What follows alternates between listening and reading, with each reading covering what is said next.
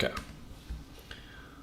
Cool. So it looks like we've got it all started up. So welcome back, guys. My name is Jeffrey. I'll be going over some commonly asked econ questions for both micro and macro. We'll be going over the right answers, why they're right, and also going over a previous tutor's answer to make sure that they also got it right.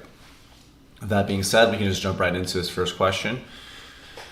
So the first question says that the labor force participation rate measures the percentage of the, and answer choice 1 says total adult population that is in the labor force. 2 says total adult population that is employed. 3 says labor force that is either employed or unemployed.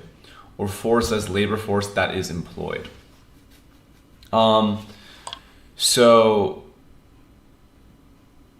Right, so let's break it down, right? So the definition of labor force participation rate is calculated by dividing the total number of people who are actively involved in searching for a job, aka qualifying as a member of the labor force, divided by the eligible population, normally a specific age range of adults who are not, who are not held back by any conditions from engaging in the labor force. So that's the way we calculate it. And so we have to look at which one of these answer choices is going to be the best measurement of that calculation. So 1 says that the labor force participation rate measures the percentage of the total adult population that is in the labor force. It's a pretty good answer, right? Like, I would improve this answer by saying that it's not necessarily just the total adult population. I would say it's the total eligible population, because there are some adults who still wouldn't qualify or wouldn't be able to engage in the labor force for some reason or another, right? So, but by and large, this is going to be a good answer choice, but we can take a look at the other answer choices. Number 2 says total adult population that is employed. So the percentage of the total adult population that is employed.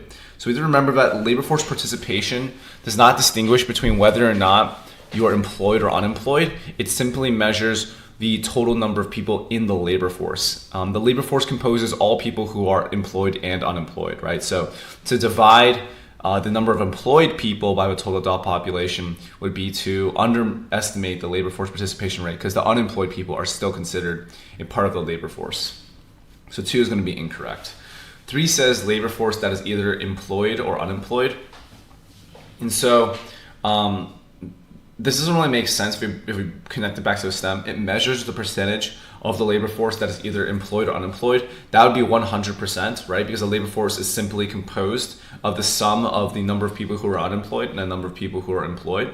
So if we took that as a percentage, it'd be 100%. So this would not be correct. Number 4 says the percentage of the labor force that is employed. And so again, this would be more so the unemployment, this would be like the employment rate rather than the labor force participation rate, because you're dividing by the total labor force instead of the total eligible population. So answer choice 1 is still going to be the best answer here, and it says that the labor force participation rate measures the percentage of the total adult population that is in the labor force.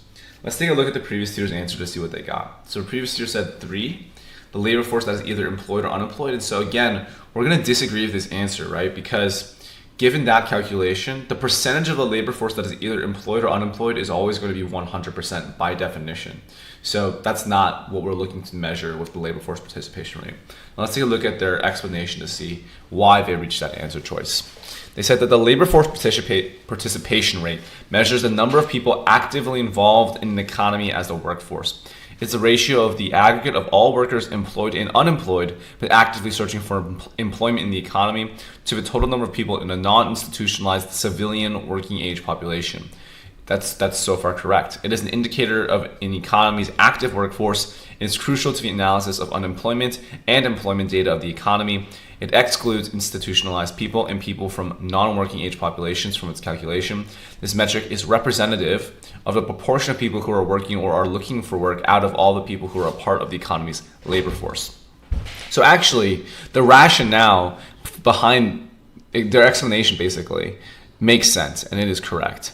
It's just the final answer choice that picked that as incorrect. So the correct answer is answer choice 1.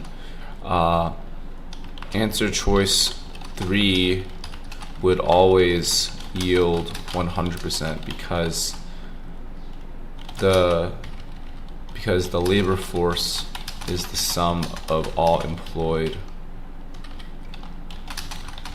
and unemployed people. The correct calculation for the labor force participation rate is the total number of people in the labor force divided by the total eligible adult population. This matches answer choice 1 the best. Okay, and then the solution is incorrect because they got the wrong answer choice.